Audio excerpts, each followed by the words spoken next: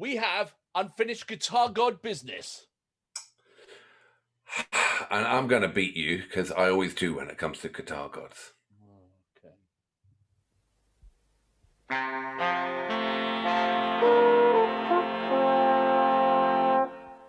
And now it's time for the Thamesmen.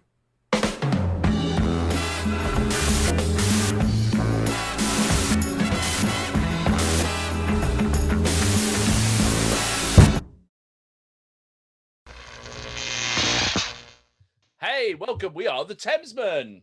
Alex, I'm George, and We come from the Thames. And we're men. All right. So the premise of this is we both take an artist and we try and outdo each other. But the Wheel of Fortune came up with Guitar Gods. So George, have you got a Guitar God? I've got a Guitar God for you, but I think this was, we did a little mini series of like 10 Guitar Gods. And so if you haven't seen it, it was real fun. We had some great tracks, but obviously we had 10 people. We couldn't do every Guitar God. Yes. So this is like a chance to revisit a couple of recommendations, a couple of tracks, a couple of artists. So I'm using this Guitar Gods versus Guitar God to revisit. Oh, I'm looking forward to taking you on with mine. Oh, I can't wait to get to mine. But what have you got? So I have gone for Gary Moore. Gary Moore, as we know, is pretty spectacular. Yeah. So this track is a bit of a hybrid track. I'll be honest with you. It's more about, it is Gary Moore playing amazingly Gary Moore, but it's also with Phil Lynott. And so there's a bit of a story behind this one. And it's called Out in the Fields. It was a bit of a popular hit, but so it's a bit of an MTV style video of it, but let's check it out and see what you think. All right, good. So, I like it both. Mr. Moore, I love. All right. I need more. More. Good name for in a band. You just go more. Yeah, okay. Better than Bigger, Mr. Here.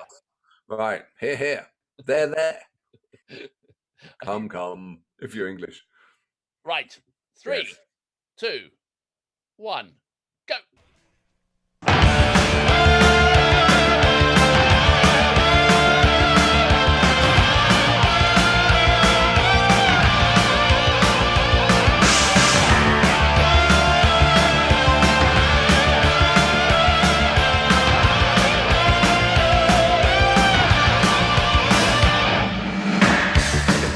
Matter if you're wrong or if you're right.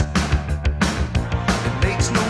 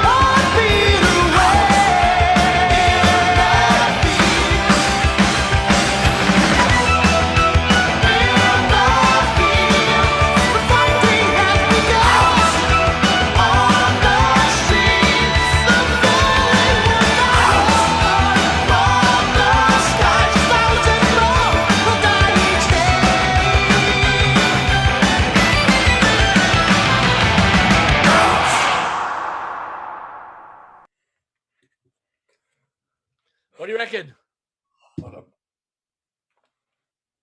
piece of crap. No. I mean, where do I start? No. We're gonna edit. No. No. The solo was great. You don't like it? I mean, like, where do I start? I mean, it was like metal with social conscience.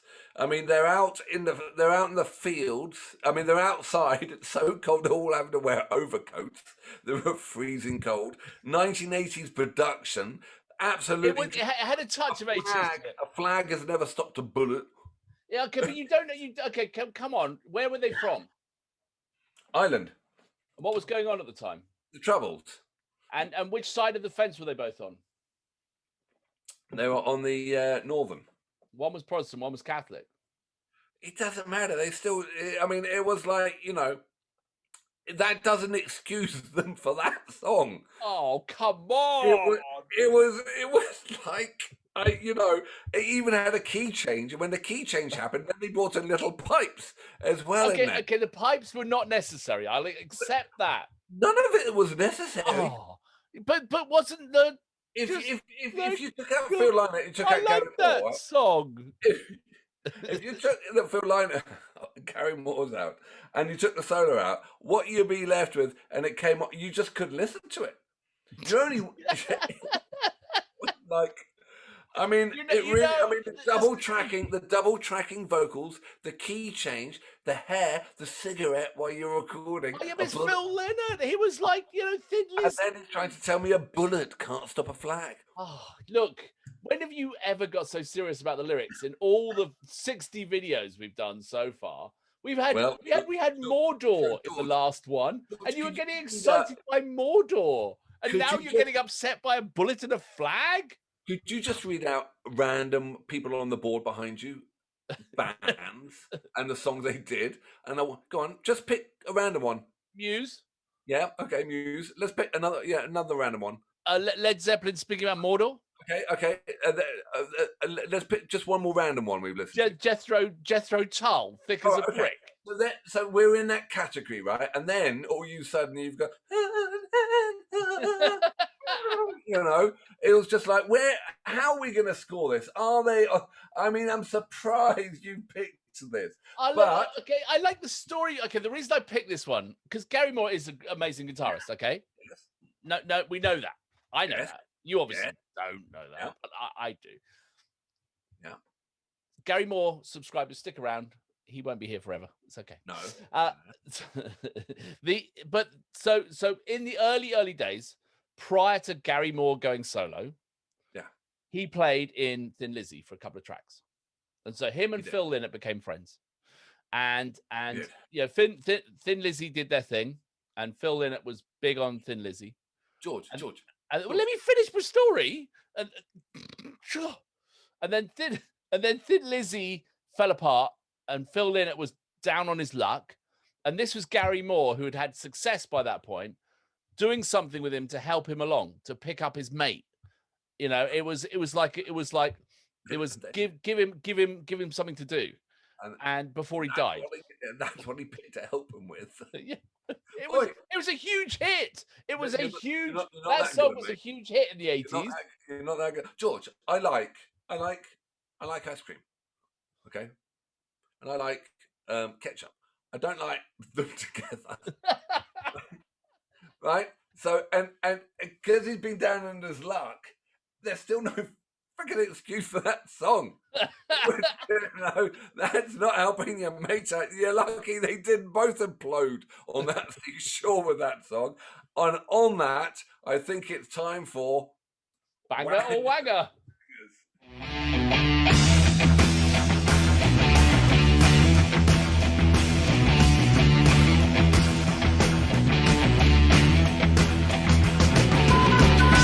Welcome back. I almost can't watch this train wreck anymore. But if you're still here, please subscribe and leave your comments. And if you agree with Alex, please post below. If you agree with me, post below as well. Let's have a discussion. Can we just say, no, I'll reflect it in the score. Okay. Alex, what is your score for Gary Moore, Phil Lynott, Out in Fields? I'm going to split it into two parts. Don't overcomplicate. I'm going to give 2 points for songwriting. Okay. But I'm going to give 5 points for the guitar solo. Okay. So I'm going to give it a 7. A 7.0. It was the only thing that redeemed it was the solo. Okay. All right. I am going to go. I'm not. It's not the best song in the world. It's not the best Gary Moore song. I mean, I could have gone Parisian Walkways, which is pretty spectacular. Could have gone on some of the other stuff, but it was for me because it's the Phil Lynott thing. I love Thin Lizzy. I don't care. I love Thin Lizzy, and Phil Lynott. Like, to see him in the video was cool. So you did a 7. I'm going to do. I like cream and I like ketchup. You know, they're great independent. Anyway, yeah. So I gave him a 7. 5 for the 5 for the solo, 2 for the song. Have you ever had? Do you like olives? Yes. Do you like anchovies? No. Have you ever had olives with anchovies stuffed inside them? Yes. Do you like them? Yes, they're all right. Yeah, you see, that's like ketchup. That's like ketchup and ice cream together. They're like, some people hate olives, they hate anchovies. You put them together, they're amazing. No, but I like that, but I didn't like them. Have you tried ice cream and ketchup? We're going to quickly go back to scoring, but listen, have you tried this? I sent this around to you yesterday. Paul McCartney, every time he's in the studio, and someone said, you know, what do you eat when you're in the studio? He said it was toast Marmite with hummus on top. And we called it the McCartney, and we just living on McCartney's at the moment. It's that amazing. Hummus and Marmite. I was going to try. I've run out of Marmite, so I had hummus and Bovril. It's called the Lennon, and it's actually McCartney's a vegan, right? That's why it's the Lennon. He went for some ox gut. Well, okay, look, this is all gone. Okay, McCartney's vegan. That's why he eats it. I had a slab of meat. That's why it's called the Lennon. Anyway. Yeah, sorry, your score. I can't. What do you do? I'm going to do 7. I've gone 7. Honestly, it's not the best track in the world, but Noah. 8.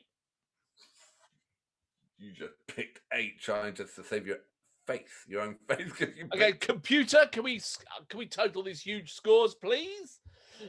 8 and a 7 gives us a 15.0. All right, up it goes. Or not. Right, well, I'll see you in part 2. I think all I've got to do is get 3 strings out there with a man with 2 fingers. A ukulele and a banjo, and we're done. That's your guitar god. Gary Moore is a guitar god. He is. I gave him 5 for the solo. All right. Let's see you in the next one. You know, my scoring's going to be